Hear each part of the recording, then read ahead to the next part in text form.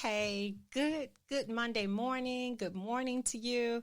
And I'm so excited today to be able to welcome people into the beginning of 2021, helping people get on their journey, and also sharing the best part of what we do is sharing truth and knowledge. I want to wish everyone all over the world a meaningful and productive new year. So come on in. We're going to bring 2021 in like we mean it. We're going to bring it in like a lion, like we mean it. Welcome to the Auspicious Wellness, Optimal Wellness Podcast. Come on in here. You know exactly what I'm going to invite you to do. Take a virtual seat.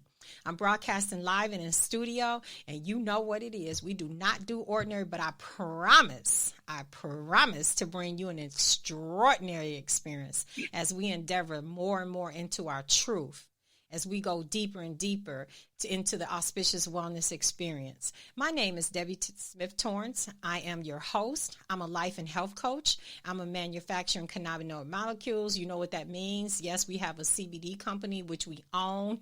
We have our own product line that is also trademarked. I'm an IT developer, a wife, a mother, and a grandmother, and I'm so passionate about those things. So I just want to tell you how you can tune in and find us. We are broadcasting live in studio on the Apple Podcast platform, Spotify, Google, Stitcher, iHeartRadio, Pandora, Alexa, Podcast Addict, Podchaser, Deezer, Listen Note, Podbean, Overcast, my word, Pocket Cast, Castro, Castbox, Podbean, Spreaker, Podfriend, Podcast Index, Player FM, and FFmpg.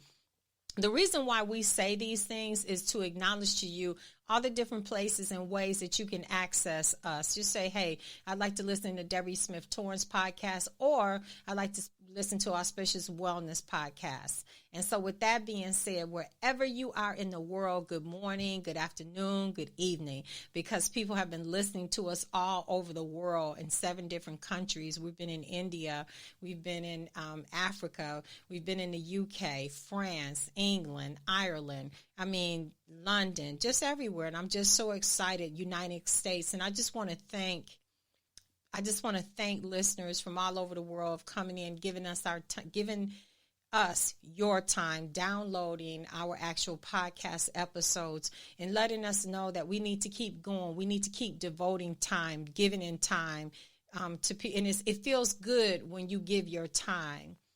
And so with that being said, it's time to dig in, dive in, drill down, take it all apart, and put it all back together like a fine-tuned engine and make it all make sense. And the most important thing is going to be about being true to you, because without you, we would not be here.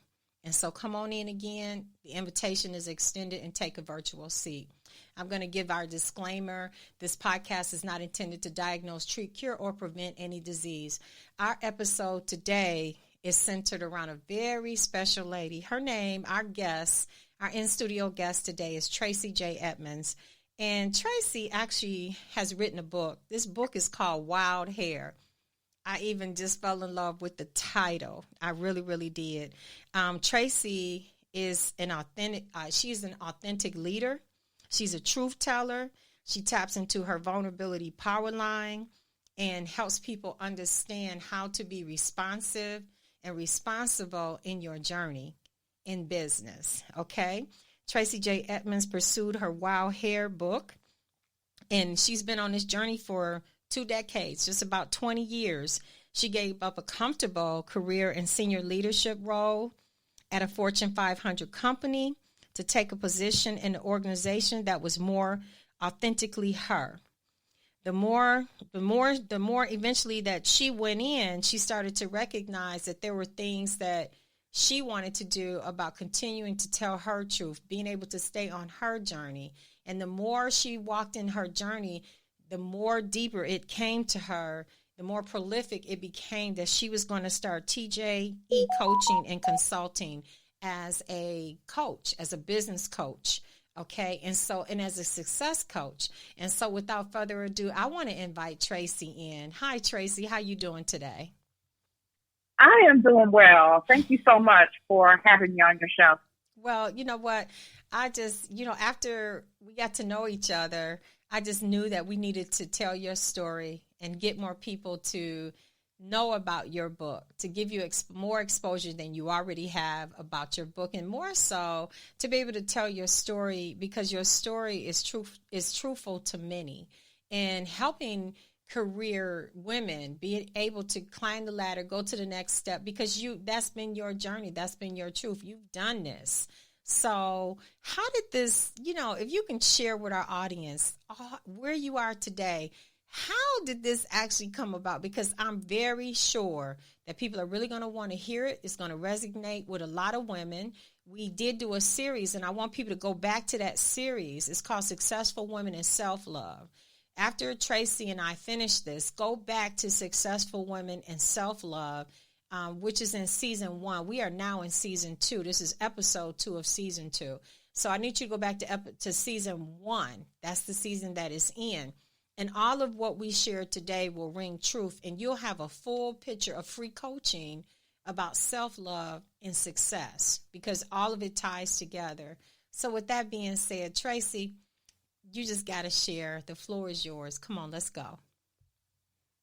Thank you. I have to say, I didn't wake up thinking that I would be a business owner and that I would write a book. I started out in corporate America, over 30 years ago. Mm-hmm. And my goal at that point was to just have a job, right? I was trying to figure out how to pay for my education, and I had no wild dreams about being a senior executive or where my career might take me. Mm-hmm. And like many women out there, I just worked hard every day.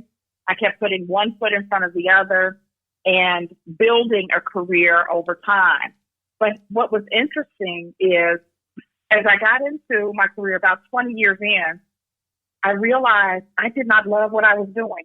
And I think a lot of women do this, right? Where we get in, we got to make money, we got to feed the baby, we keep grinding it out, doing the work, making the money, but we forget about ourselves. That's true. And what we truly want. And it was about 20 years into that journey that I realized that I wasn't being true to myself. It was time for me to listen to my authentic voice and make a career change. That's right. I stayed with my company, but I pivoted in a total different direction. So I went from being a senior leader, leading an organization of over 300 employees, and went all the way back to being an individual contributor in a cubicle, starting my career in HR from the beginning. Mm-hmm. And I'll tell you, I could not have been happier, because this was really, truly an opportunity for self-love, like you talk about. That's right. About being true to oneself and building from a place of, what does my authentic voice tell me? What does my self-love tell me that I need to be doing with my life? And I began to build out again. And the next 10 years of my career were just fabulous. It culminated in an executive role, serving as the Chief Diversity Officer at a Fortune 30 company. And, even then, when you think you have success, there are moments where we're challenged to demonstrate that self-love, to demonstrate that authenticity. And that's really where my book comes from.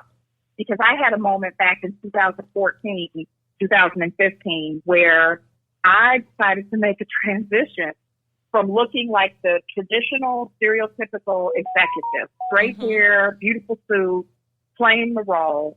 And I decided to rock my wild hair, to rock my natural hair. So I went from straight to curly. Mm-hmm. And that was a journey, but it was that moment, Debra, when I, really listened to my voice, pursued my wild hair, that women were coming out of the woodwork to me saying, how did you do that? And it wasn't about how do you make a transition, right, from relaxed to natural. Yes. This was about how do you do you in a corporate environment. Exactly. And that's where the book comes from. Well, this is a beautiful time to have a book because of diversity, inclusion, all of these different things that are really going on around the world, even what's going on today. When we look at what has gone on in Washington, and when we look at when you and I talked, when Tracey and I were first talking about her doing a podcast, I didn't bring her on to do the podcast because everything that has happened. I brought her on before any of this happened. We were talking about it. Mm-hmm. It just shows you how God really works. When it's time for you to do something and he wants to use you as a vehicle to do something, everything will come into play the way that he wants it to. And I really, really had to stop and think about that this morning. And I said, all of these things that are going on, the world, America is on the world stage right now when it comes down to diversity, when it comes to inclusion. Mm-hmm. Even to what the cabinet will look, the new cabinet in the White House will look like, the diversity, women, and all. This is a pivotal moment in United States history, where I couldn't think of a better time for your book to hit the newsstands, because it's all about that as well. Your story is about that. Your story. Mm-hmm. Look at Kamala Harris, our vice president, being true to who she is and understanding, and even our president understanding that we need more inclusion in diversity. And that's more so you coming from a place, a leadership role in diversity. The way that plays together is moving to me. I just wanted to make that point, but I want you to keep going. Mm-hmm. Because your story is beautiful. Could you just please keep going? Well, I do want to take a moment and acknowledge the events of this week. Yes. Seeing, such insurrection on our Capitol is mind blowing. And as I sat there with my family and we were watching the news, one of the things I shared with them, which comes directly out of my book, I have a chapter about this, is that change breeds opportunity. And we are in such a momentous time of change. That's right. And my hope is, in seeing such egregious acts that happened at the Capitol, that this is truly an opportunity for government and the Republican Party in particular to take an opportunity to reinvent themselves. When we have these moments in our lives and we see them where there's momentous change, we have an opportunity to step back and say, how can we be better? And that applies on a global level, like when we're talking about our government, but it also applies individually. It does. And a lot of times we hit roadblocks, right? Mm-hmm. And we see those as hurdles that we have to overcome, but also see them as opportunities for growth, because change always brings opportunity. Exactly. Always. Exactly. What I say is, just because you hit the glass ceiling does not mean you can't pass through. You might not pass through on the path that you were on.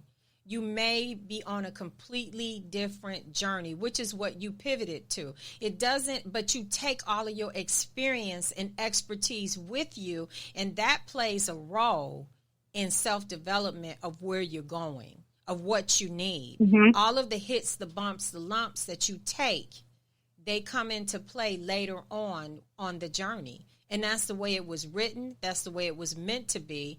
Even all of the things that have gone on in Washington this week, all of the things that now we have to look at it. There's a new administration coming in. And with this new administration coming in, we have now we have a chance to look at what's really going on and things that really need to be addressed. It's that time now. And we're seeing that people, leaders are ready to say, hey, look, no more of this. We need to really bring this to the forefront, and we need to walk in our truth, and we need to make sure what we say looks like our actions, that our actions we're accountable in our actions for what we're saying. We are backing up what we're saying with actionable choices, an actual plan that we are doing this to include, so people can be included in pivotal roles in government. People can be included when they have a say without violence, that we have a better way to talk and speak to people, and people can get their point across. People, the American people can